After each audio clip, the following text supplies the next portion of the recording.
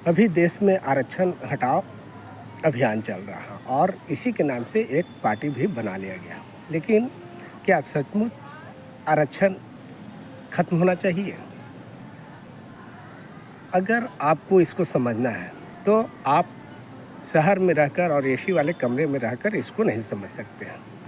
इसको समझने के लिए आपको धरातल पर आना पड़ेगा।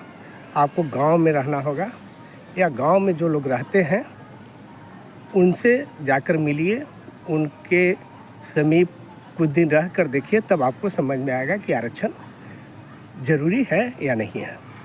आज भी जब आप गाँवों में जाइएगा तो बहुत से लोग ऐसे हैं जिनके पास रहने के लिए न घर है, खाने के लिए 2 वक्त का भोजन नहीं है और शिक्षा की तो बात ही छोड़ दीजिए। तो सवाल है कि आप कैसे कहते हैं कि आरक्षण को ख़त्म कर देना चाहिए, जबकि जिस व्यक्ति के पास न रहने के लिए मकान है, न खाने के लिए सामान है, न पढ़ने के लिए कॉपी किताब है, उनके पास बैग भी नहीं है, यहाँ तक कि कॉपी नहीं है, कलम नहीं है और वो बच्चे स्कूल जाते हैं, सरकारी स्कूल में किसी तरह जाते हैं। उनके तन पर ढंग से कपड़ा भी नहीं है।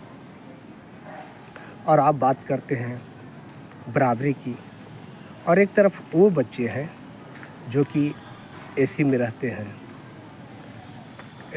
बढ़िया कपड़े पहनते हैं, उनको बढ़िया खाने पीने के लिए मिलता है, और आप तुलना कर रहे हैं उस बच्चे से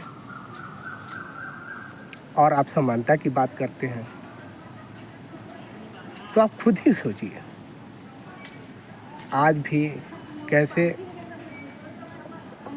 गांव में लोग जाति के नाम पर घृणा करते हैं। मैं ये नहीं कहता हूँ कि सब लोग करते हैं, लेकिन ये भी नहीं है कि पूरी तरह से ख़त्म हो गया है। और इस आरक्षण कोई भीख नहीं है, ये सभी को समान विकास हो उसके लिए इसको लागू किया गया था। तो ये कहना बहुत आसान है कि आरक्षण ख़त्म होना चाहिए। आज तो पार्टी भी बना लिया गया, लेकिन आप उसे थोड़ा सा महसूस करके देखिए कि दोनों बच्चों में, और आप दोनों बच्चों में समानता खोज रहे हैं। कहाँ से समानता होगा? जहाँ की बुनियादी शिक्षा की आवश्यकता है, पौष्टिक भोजन की आवश्यकता है, ये चीज़ भी उसे उपलब्ध नहीं है, और आप बात कर रहे हैं कि आरक्षण हटाइए। तो आप खुद सोचिए। कहना बहुत आसान है, एसी कमरे में बैठकर, एसी रूम में बैठकर बात करना बहुत आसान है, लेकिन धरातल पर जब आप जाएंगे ना तब पता चलेगा। और आप दोनों की तुलना करते हैं कि दोनों को समान दृष्टिकोण से नापते हैं। ये आपका कौन सा पैमाना है नापने का? आज भी जो बच्चे सरकारी स्कूल में पढ़ते हैं, क्या आप उसे देखे नहीं हैं? और नहीं देखे हैं तो मैं उन लोगों से कहना चाहता हूँ जो महानुभाव इसके विरोध में रहते हैं कि ज़रा एक बार किसी सरकारी स्कूल को घूम कर आओ, देख कर आओ कि उसमें कौन से बच्चे पढ़ते हैं और उनके पास पढ़ने के लिए क्या व्यवस्था है। तब तुम्हारा दिमाग का जो नशा है ना उतर जाएगा।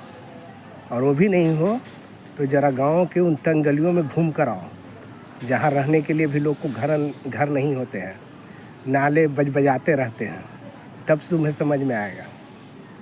एसी में बैठकर बड़ी बड़ी बात करना, आरक्षण हटाओ मुहिम चलाना बहुत आसान काम है, लेकिन इसे धरातल पर भी एक बार आजमा कर देखो। अगर तुम्हारे दिमाग का नस नहीं फट जाता है, तुम्हारे दिमाग से आरक्षण हटाओ भूत नहीं उतर जाता है, तब फिर तुम बात करना।